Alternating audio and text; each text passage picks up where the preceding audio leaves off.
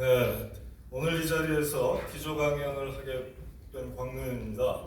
아주 보람있고 영광스럽게 생각합니다. 이래경 이사장님 여는 말씀 또 추미애 의원님 축사가 굉장히 인상적이었습니다. 이 자리에서 우리 책으로 보던 데이비드 페럴 교수, 헬렌 랜모 교수, 민주샹 교수를 온라인과 오프라인에서 만나게 돼서 아주 기쁩니다.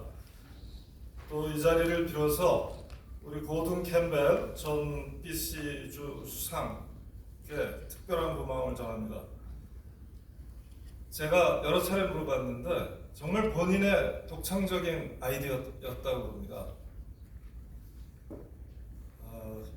이 선거법 개정 작업을 추천시민의회에 맡겨야겠다는 아주 혁신적인 생각을 하고 실천해서 21세기 민주주의 발전 역사에 커다란 족적을 남겼습니다. 아까 들으신 것처럼 허리 통증으로 장시간 비행이 어려워서 이 자리에 오시지 못했지만 축하 동영상으로 함께하고 계시죠. 또 이 자리에는 우리나라의 시민의회 연구자들 또 지지자들이 대부분 참석하고 계십니다. 이분들과 함께 손을 맞잡고 시민의회법 제정을 추진할 생각을 하면 가슴이 뜁니다.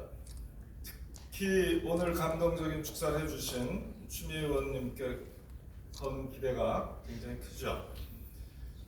오늘 이 자리에 모인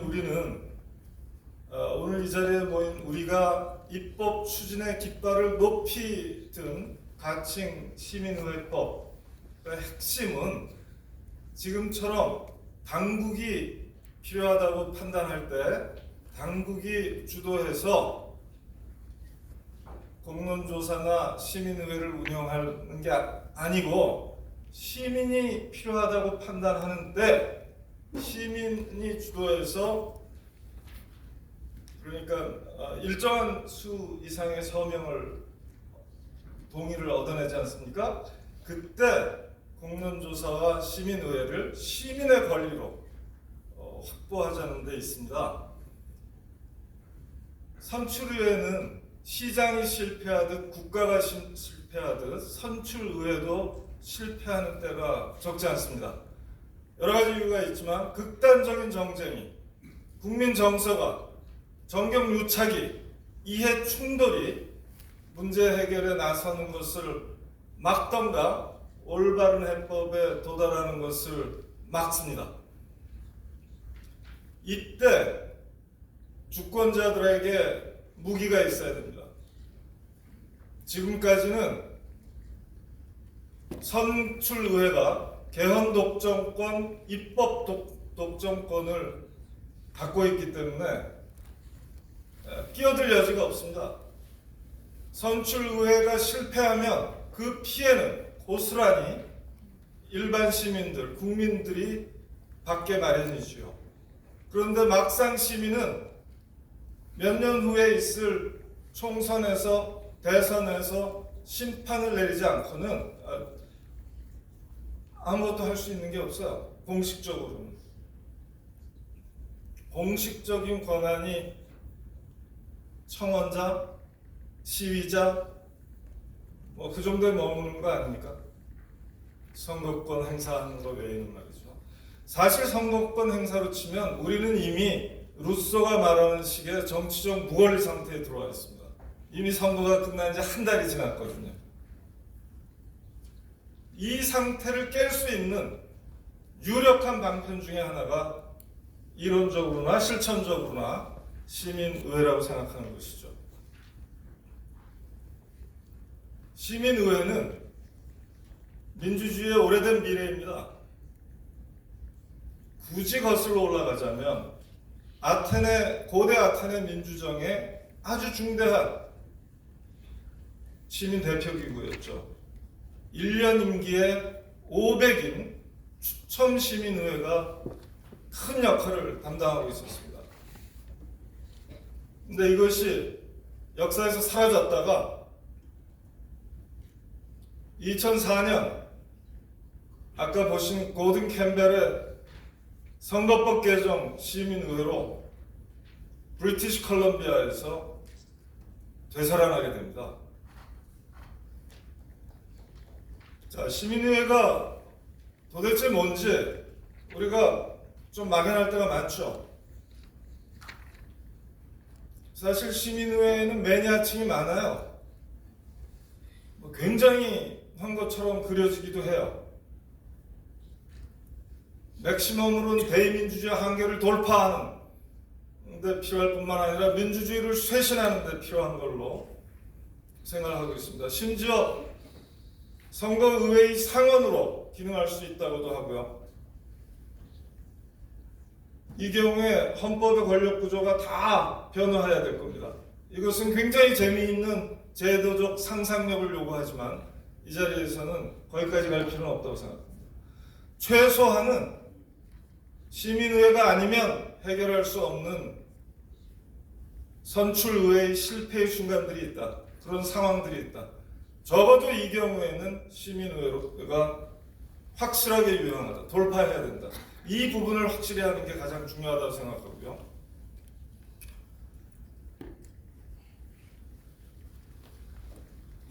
그럼 시민의회가 뭐냐? 핵심 운영 원칙을 보면 복잡하지 않습니다. 첫째, 국민을 대신할 국민 축소판, 미니 공중을 구성하는 겁니다.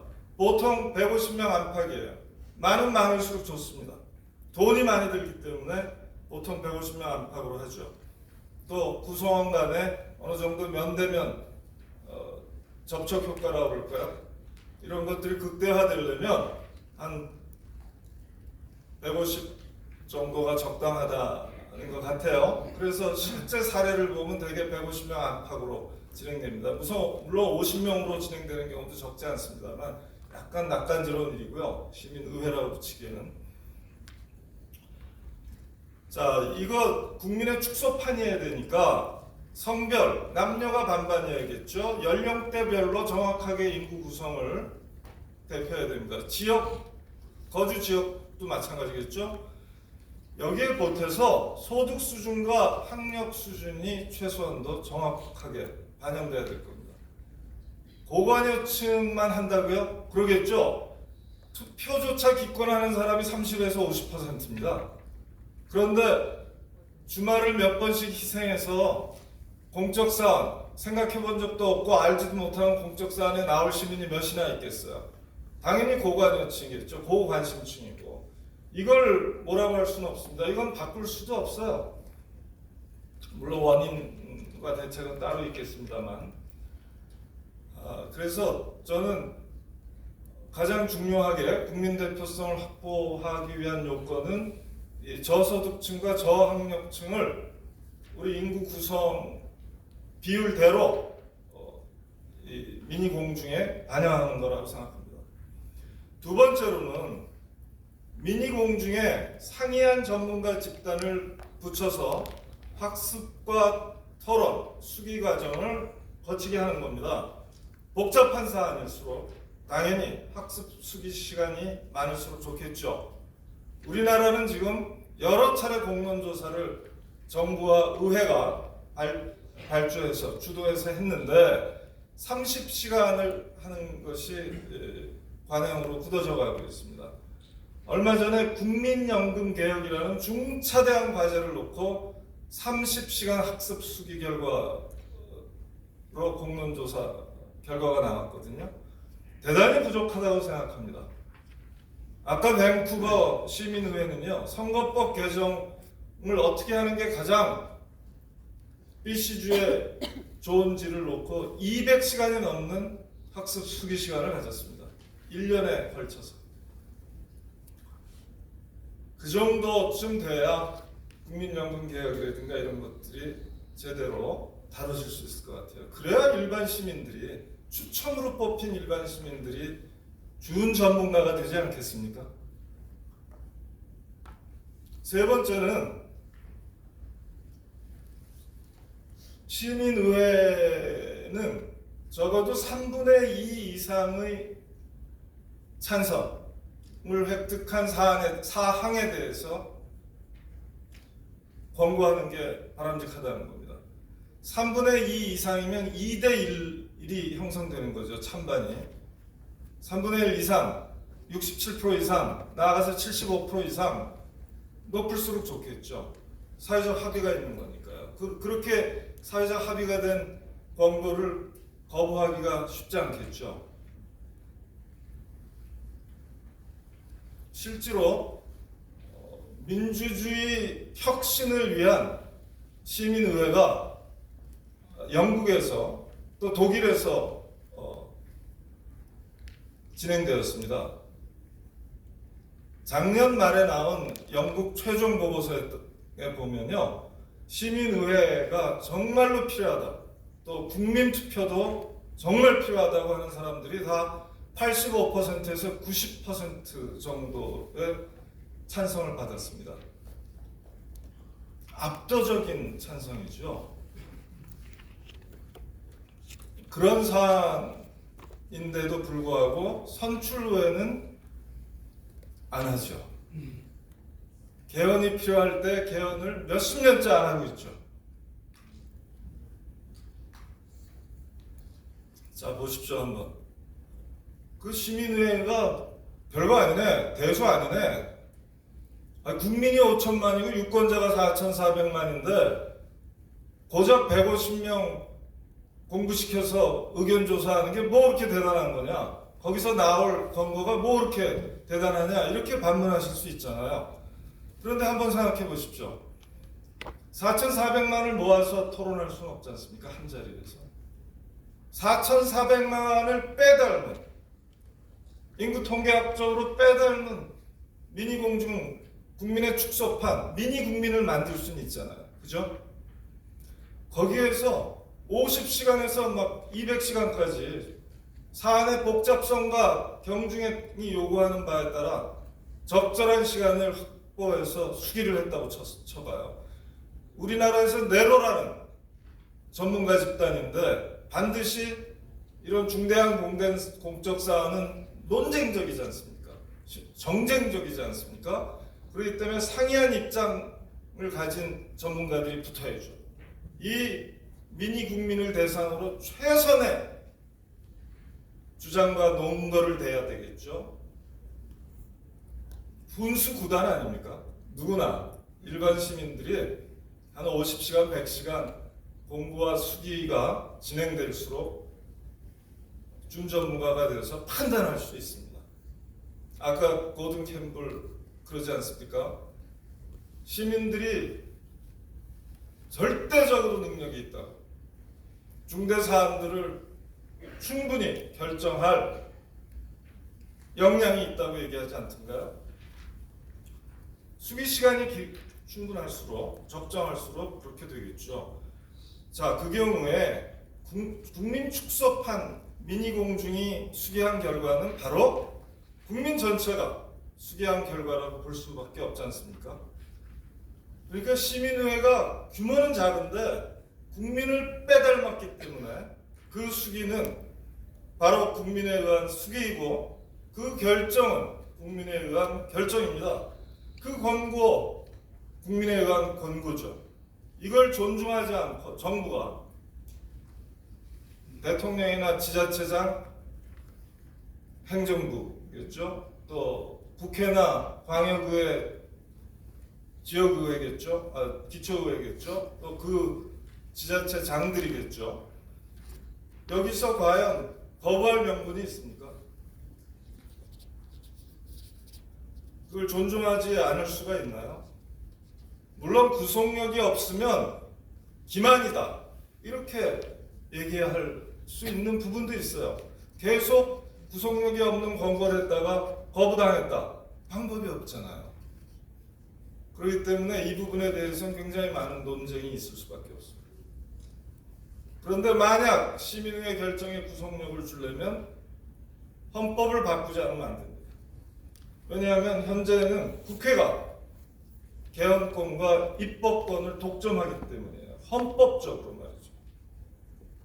그러니까 개헌 이전에는 권고적 효력을 갖는 시민의회를 만들어서 만드는 수밖에 없는 것이죠. 우리가 지금 개헌을 하기 위해서도 시민의회가 필요합니다. 그렇기 때문에 시민의회법 제정이 가장 우선이라고 볼 수 있죠.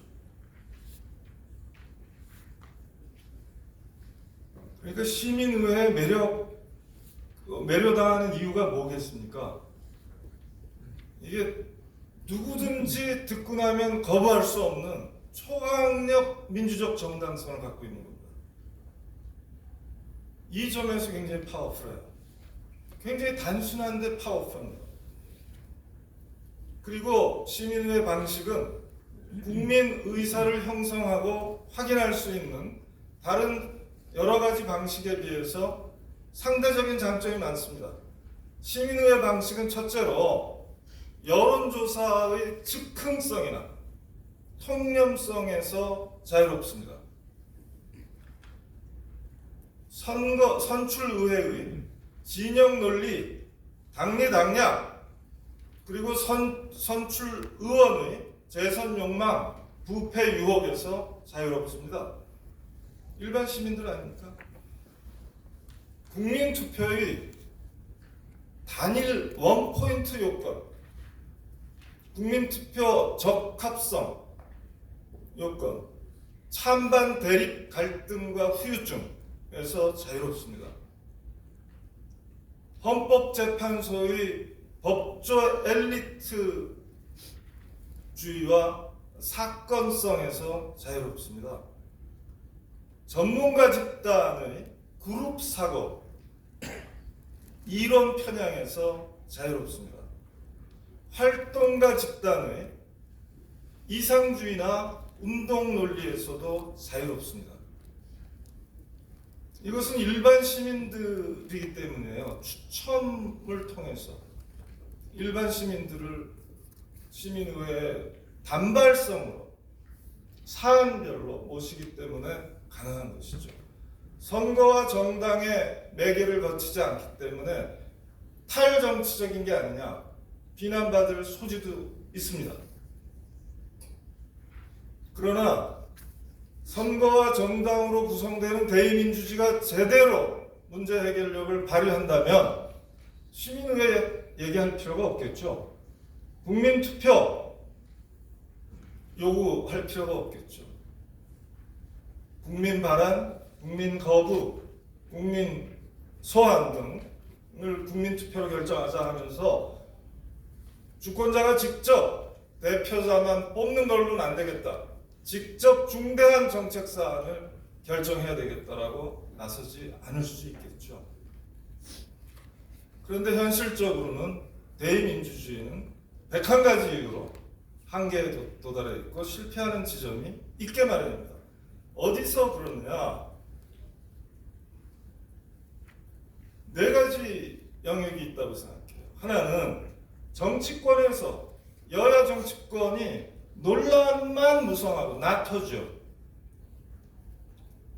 말만 하는 거예요. 말싸움만 주고받고 실제로는 전혀 아무 일도 안 하는 장기 교착 상태가 계속되는 겁니다.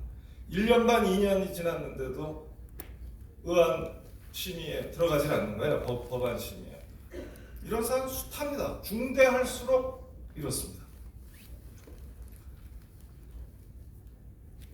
두 번째는 격렬한 윤리적 도덕적 논쟁을 수반하는 민감한 정책 사안들 있죠. 가치 딜레마들. 이런 사안 주로 어디로 갑니까? 헌법재판소로 갑니다. 헌법재판소가 우리의 도덕적 최고 진급을 차지하고 있어요. 이게 맞습니까? 물론 헌법재판소나 사법부는 엘리트적 수기기구의 아주 표본입니다. 우리가 바라는 것은 일반 시민적, 민중적 수기가 얼마든지 가능하고 그렇게 그 방식으로만 돌파구를 내야 될 경우가 많다는 거죠. 헌법재판소에 맡길 일이 아닙니다. 세 번째로는 정치권이 침묵의 카르텔을 형성해서 한사코 외면하는 중대 정책 사안들이 있습니다. 예를 들 시간이 없네. 너무 많아. 맞죠. 뭐 30대 재벌의 편법 상속 같은 거라든가 대미 종속성을 전 분야, 국정 분야에서 어떤 방식으로 어디까지 극복해 나가야 되는지, 어떤 타임테이블을 갖고 극복할지 이런 것들 전혀 논의되고 있지 않잖아요. 맞죠? 심지어 기후위기조차도 그런데 할 말이 다 없죠. 네 번째로는 아주 중요한 겁니다. 정치권이 당사자성을 갖는 헌법과 정치관계법 사안들입니다. 법의 중요 사안들. 이건 전부 다 이해충돌 사안이라고 할 수 있습니다. 왜냐하면 선출 의원, 국회의원이 본인의 재선 가능성, 자기 소속 정당의 집권 가능성, 본인의 이익을 추구할 수밖에 없거든요. 주권자를 대표하는 모자도 하나 썼지만 본인의 이익을 계산하는 모자도 하나 쓸 수밖에 없잖아요. 아까 고든 캠블이 뭐라고 그런가요? 도대체 대표자를 주인과 대표자 중에 누가 선출해야 하는 게 바람직하냐고 물었지 않습니까? 이걸 묻는 게 쥐약입니다. 독약입니다. 적어도 대의민주주의 관점에서. 왜냐하면 대의민주주의의 한계점을 건드린 거예요. 가장 약한 고리, 뇌관을 건드린 겁니다. 대표자를 대표자가 뽑는 게 맞아? 대표자 월급을, 보수를, 특전을 대표자가 정하는 게 맞아? 틀립니다. 네. 옳지 않습니다. 어디서부터 시작해야 됩니까? 입법 전략으로 갑시다. 시간이 별로 없었어요. 우리는 시민의회가 아까 네 가지 경우에 요구된다고 말씀을 드렸지만 가장 우선적으로 네 번째 경우는 꼭 나아가야 됩니다. 그것이 고든 캠블의 2004년도 선거법 개정 시민의회가 우리에게 얘기해주고 있는 겁니다. 다른 사안들은 논쟁이 있을 수 있겠죠. 그러나 선거법 개정, 대표자가 본인 선출 방식을 정하는 게 옳아? 대표자가 본인 선출 구죠. 지역구를 획정하는 게 옳아? 대표자가 본인 보수를 정하는 게 옳아? 우리는 이 질문을 하고 또 해야 됩니다. 4,400만 유권자의 공통 질문이 되어야죠.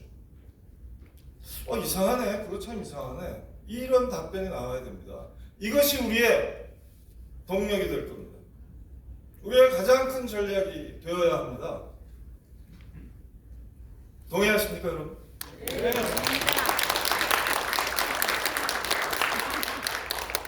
이게 참 무서운 게요. 한 걸음만 더 나아가면 헌법도 마찬가지잖아. 이 소리가 나오게 돼 있어요. 왜냐하면 헌법은 권력 구조를 정하는데요. 그 권력 구조의 중심에 의회가 있습니다. 권력 구조를 바꾸는 개헌을 한다는 거는요. 주권자와 의회의 권력 구조를 바꾸는 겁니다. 첫째는. 우리는 지금 주권자의 권리를 강화해야 된다고 얘기하고 있는 거예요. 이거 국회의원이 좋겠습니까? 좋을 리가 없죠. 국회의원의 권한과 국회의 권한을 늘려야죠. 자, 대통령과 의회의 권력 관계에서 우리는 의회 쪽을 편들고 있어요, 사실은. 왜냐하면 제왕적 대통령이기 때문에. 만약 온 국민이 대통령 권력을 편들어도 국회의원들은 국회와 국회의원의 권력을 향해서 갈 겁니다. 인지상정이죠. 여러분이 국회의원이 돼도 크게 달라지지 않습니다. 공감이요. 세 번째로 의회와 사법부의 관계 다 마찬가지잖아요. 그래서 이런 걸 이해충돌 사안이라고 그러죠. 그래서 저는 이런 용어를 만들었어요.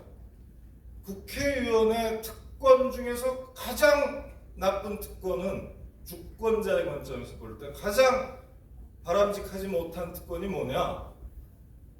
국회의원의 셀프 입법 특권입니다. 국회의원이 자기 월급을 자기가 정할 때, 국회의원이 선거구를 자기가 획정할 때, 국회의원이 본인의 정치자금 한도를 얼마까지 정치자금을 모을 수 있는지를 정할 때 이 사람들은 법이 금지하고 있는 자기 대리를 하고 있는 겁니다. 입법 독점권을 갖고 있기 때문에 여기에 한계를 설정하지 않았기 때문에 이것도 허용하고 있는 거예요. 그러나 분명한 건 자기 대리하는 겁니다. 남들, 일반 시민 우리는 전혀 이걸 못하게 돼 있어요. 자기 대리를 못합니다. 국회의원만 갖고 있기 때문에 이것이 국회의원에게 가장 중요한 특권입니다. 자기 대리 특권, 셀프 입법 특권, 이로부터 숱한 파생 특권이 나오게 되어 있습니다. 헌법과 정치관계법을 샅샅이 보면 숱하게 발견할 수 있습니다. 이건 주권자의 이익이 아닙니다. 주권자의 관점에서는 용납하기 어려운 대리 비용이자 대리인들의 전횡이죠. 자, 이제 마쳐야 될 때가 온 것 같네요. 저는 오늘 발제의 제목을, 기조강연의 제목을 시민의회 왜 지금인가라고 붙였습니다. 지금은 총선이 끝난 지 한 달이죠. 지난 총선에서 한국 사회의 개혁 세력이 압도적으로 승리했습니다. 촛불혁명으로 권력을 바꾼 지는 7년이 지나고 있는데 아직 제도 틀을 바꾸지 못했습니다. 정치 개혁을 하지 못했습니다. 그 중에 으뜸 개헌도 하지 못했습니다. 문명사적 대전환을 요구하는 대형 문제들이 산적해 있습니다. 그런데 우리 정치는 비토크라스에 빠져서 문제 해결을 못하고 있습니다. 손 놓고 있습니다. 민주주의를 혁신해야 될 때입니다. 특히 개헌과 정치개혁 해야 될 때입니다. 시민의회가 적격입니다. 이걸 시민의 권리로 가져오자는 것이 우리들이 오늘 이 자리에 모인 취지입니다. 이걸 통해서 우리는 순혈 대의민주주의, 우리 헌법의 순혈 대의민주주의를 바꿔야 됩니다.